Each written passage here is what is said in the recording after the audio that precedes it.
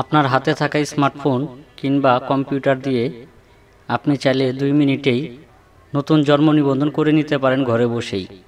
কোনো প্রকার দালালের ঝামেলায় যেতে হবে না। আপনি নিজে নিজেই নির্ভুলভাবে 2 মিনিটেই জন্ম নিবন্ধন করতে পারবেন।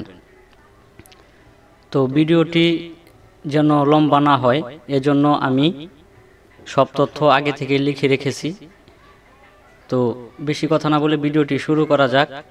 আর তার আগে আপনি যদি আমার চ্যানেলের নতুন দর্শক হয়ে থাকেন তাহলে চ্যানেলটি অবশ্যই সাবস্ক্রাইব করে দিবেন, আর যদি অলরেডি সাবস্ক্রাইব করে থাকেন তাহলে আপনাকে অসংখ্য ধন্যবাদ। আরেকটা কথা বলি, ভিডিওটি একটু লং হতে পারে কারণ আমি কোনো ফেক ভিডিও আপলোড করি না, এজন্য আমার ভিডিওগুলি একটু লং হয়ে থাকে। তো সর্বপ্রথম যে কোনো মোবাইল বা কম্পিউটার দিয়ে একটা ব্রাউজার ওপেন করে নেবেন। ব্রাউজারে গিয়ে এই সার্চ বারে লিখবেন bdris.gov.bd বিআর অ্যাপ্লিকেশন, এখানে একটা এন্টার করে দিবেন। তো আপনারা চাইলে আমি ডিসক্রিপশনে লিঙ্কটি দিয়ে দিব। তো এখানে প্রথমে দুইটা অপশন আছে, যদি আপনি আপনার জন্মস্থান থেকে করতে চান তাহলে এটা ক্লিক করে দিবেন, আর যদি আপনার স্থায়ী ঠিকানা থেকে করতে চান তাহলে এটা ক্লিক করে দিবেন।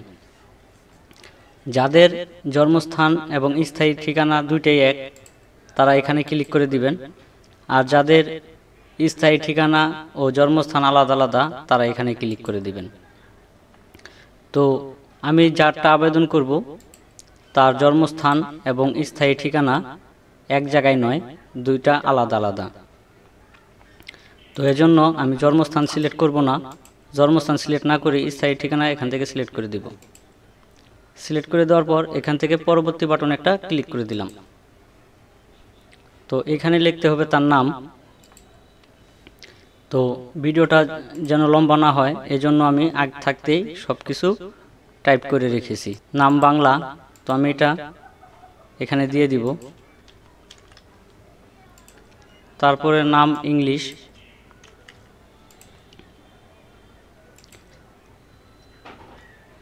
এখানে দিয়ে দিলাম। কিন্তু এই জায়গায় আরেকটা বিষয় আছে, এই পাশে কিন্তু আপনার নামের প্রথম অংশটুকু রাখবেন এই জায়গায়, আর শেষের অংশটুকু দিবেন এই জায়গায়। তো আমি এখান থেকে রাইট এই পাশে দিয়ে দিলাম, ইংলিশও রাইট এই পাশে দিয়ে দিলাম। আচ্ছা, তো এখানে আছে জন্ম তারিখ।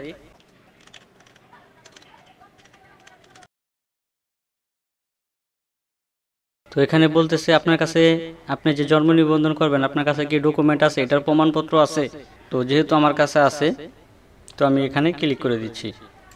তারপর এখানে আছে পিতামাতার কততম সন্তান। তো যেহেতু পিতামাতার 4তম সন্তান আমি এখান থেকে 4 সিলেক্ট করে দিলাম। এখানে লেখা আছে লিঙ্গ, তো আমি লিঙ্গ সিলেক্ট করে দিলাম পুরুষ। এখানে বাংলাদেশ থাকবে। দ্বিতীয় ঘরে বিভাগটা সিলেক্ট করে দিতে হবে। 3 নম্বর ঘরে জেলা, 4 নম্বর ঘরে হচ্ছে সিটি কর্পোরেশন কিংবা ইউনিয়ন যেটা থাকে আপনার। তো আমি সিটি কর্পোরেশন সিলেক্ট করে দিলাম। এখানে কত নম্বর ওয়ার্ডে আবেদন করব, তো আমি এখান থেকে 14 সিলেক্ট করে দিলাম। এখান থেকেও 14 সিলেক্ট করে দিলাম। তারপর এখানে আছে ডাকঘর বাংলায়, তো আমি ডাকঘর নারায়ণগঞ্জ দিয়ে দিলাম। এখানে আছে ডাকঘর ইংরেজি, এখান থেকে আমি ডাকঘর ইংরেজিতে দিয়ে দিলাম।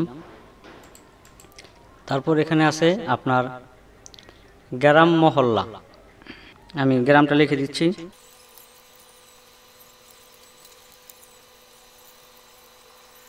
তো এখান এ পাশে ইংরেজিতে মহল্লাটা লিখে দিব, দিয়ে নেক্সট করে দিলাম। এখানে সন্তানের বয়স আমি একটু পিছনে গিয়ে দেখাই। যদি সন্তানের বয়স 31/12/2000 সাল হয়ে থাকে তাহলে আপনার পিতামাতার জন্ম নিবন্ধন বাধ্যতামূলক নয়। যদি তার একদিন পরেও যদি হয়, যেমন 1/1/2001, তাহলেও আপনার পিতামাতার জন্ম নিবন্ধন লাগবে, এটা মনে রাখবেন। তো এটা যেহেতু 2003 সালে জন্ম, তো ওনার অবশ্যই পিতামাতার জন্ম নিবন্ধন লাগবে অনলাইন করা। তো আমি নেক্সট করে দিচ্ছি। নেক্সট করে দেওয়ার পর এখানে পিতার জন্ম নিবন্ধনের নাম্বারটি দিয়ে দিতে হবে। তো আমি পিতার জন্ম নিবন্ধনের নাম্বারটি দিয়ে দিচ্ছি। জন্ম নিবন্ধন নাম্বারটি দেওয়া হয়ে গেলে নিচের ঘরে জন্ম তারিখটি দিয়ে দিতে হবে। জন্ম নিবন্ধন নাম্বার ও জন্ম তারিখটি দেওয়া হয়ে গেলে এই ফাঁকা ঘরে একটা ক্লিক করলেই আপনার পিতার নামটা চলে আসবে। এখান থেকে শুধু বাংলাদেশিটা সিলেক্ট করে দিবেন। একইভাবে মাতারটাও আপনার দিয়ে দিতে হবে।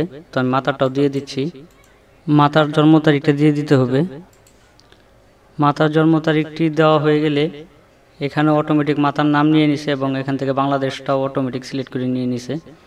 তারপর আমি পরবর্তীতে ক্লিক করে দিব।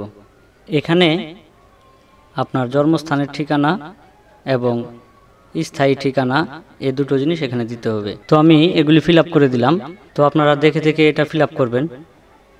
যেটা যেটা স্টার চিহ্ন দেওয়া আছে, যেমন দেশ এটা ফিল আপ করতে হবে, জেলা এটা ফিল আপ করতে হবে, ইউনিয়ন ফিল আপ করতে হবে। এগুলি আপনারা বুঝবেন, এগুলি আমার চাইতে আপনারা ভালো বুঝবেন। এটুকু ফিল আপ করবেন। এই যে এখানে যেগুলি যেগুলি আপনার ফিল আপ করা দরকার এগুলি ফিল আপ করে দিবেন। তো আমি ভিডিওটা বড় করব না বিধায় সম্পূর্ণটা ফিল আপ করে আপনাদেরকে দেখিয়ে দিলাম। ভিডিও আসলে বড় করলে অনেকে দেখতে চান না। ফিল আপ হয়ে গেলে পরবর্তী বাটনে একটা ক্লিক করে দিলাম। তো এখানে বলতেছে এই জন্ম নিবন্ধনটা যার, সে কি নিজে আবেদন করতেছে? যদি নিজে আবেদন করে তাহলে এখানে নিজ দিবেন, আর যদি অন্য কেউ করে দেয় তাহলে এখানে অন্যান্য দিবেন। আর অন্যান্য দিলে এখানে তার জন্ম নিবন্ধন বা জাতীয় পরিচয়পত্র নাম্বার, জন্ম তারিখ, তার নামটা দিয়ে দিবেন। তো এটা অনেক ঝামেলা। এখানে আপনি কি করবেন, নিজ দিয়ে দিবেন। নিজ দিয়ে দিলে অটোমেটিক তার নামটা নিয়ে নিবে, আর কোনো কিছু চাইবে না। নিজ দিয়ে দেওয়ার পর এখানে সংযোজন, এখানে একটা ক্লিক করতে হবে। তো আমি এখানে একটা ক্লিক করলাম। পিতামাতার জন্ম নিবন্ধন বলছিলাম, যেটা ডকুমেন্ট আমার কাছে আছে, সেই ডকুমেন্ট এখানে আপলোড দিতে হবে। তো আমি ডকুমেন্টগুলো আগে থেকেই আপনার স্ক্যান করে রেখেছি। তো প্রথমে পিতারটা দিয়ে দিচ্ছি, আপলোড করে দিলাম। তারপরে আমি মাতারটা দিয়ে দিচ্ছি, আপলোড করে দিলাম। আপলোড হয়ে গেলে পরবর্তী বাটনে একটা ক্লিক করে দিলাম।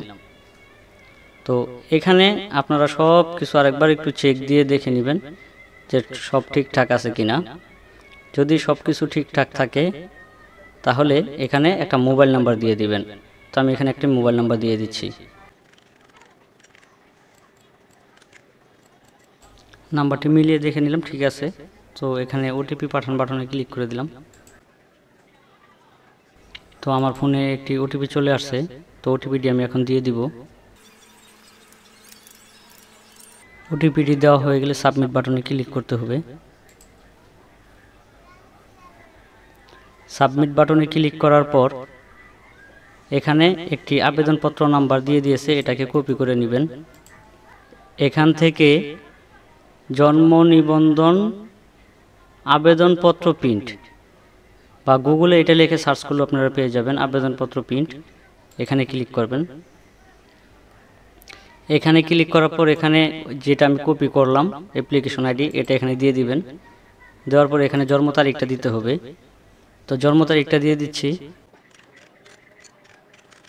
জন্ম তারিখটি দেওয়া হয়ে গেলে এখানে পিন বাটনে ক্লিক করতে হবে। তো আমি পিন বাটনে ক্লিক করে দিচ্ছি। এই যে আমার জন্ম নিবন্ধনটি আবেদন করা হয়ে গেল। এখান থেকে এটা পিডিএফ আকারে সেভ করে নেবেন বা কোনো কম্পিউটার দোকান থেকে এটাকে প্রিন্ট করে নেবেন। এটা প্রিন্ট করে নেওয়ার পর আপনারা চলে যাবেন আপনাদের ইউনিয়ন পরিষদ কিংবা সিটি কর্পোরেশনে। তো সিটি কর্পোরেশনে যাওয়ার পর এটা জমা দিবেন। জমা দিলে তারা তাদের একটা ফি আছে 50-100 টাকা, সেটা নিবে। আর আপনাকে একদিনের মধ্যেই, আপনার একদিন বা 2 দিনের মধ্যে আপনার জন্ম নিবন্ধনটা আপনাকে দিয়ে দিবে। এটা হচ্ছে সেই অ্যাপ্লিকেশন কপি, এটাকে প্রিন্ট করে নিয়ে যেতে হবে। এটুকুই কাজ। তো আসলে ভিডিও বানানোর কারণে হয়তো ভিডিওটা একটু লং হয়েছে আপনাদের সাথে কথা বলার জন্য। আর যদি আমি কথা না বলতাম তাহলে 2 থেকে 3 মিনিটে একটা আবেদনের কাজ করা যায়।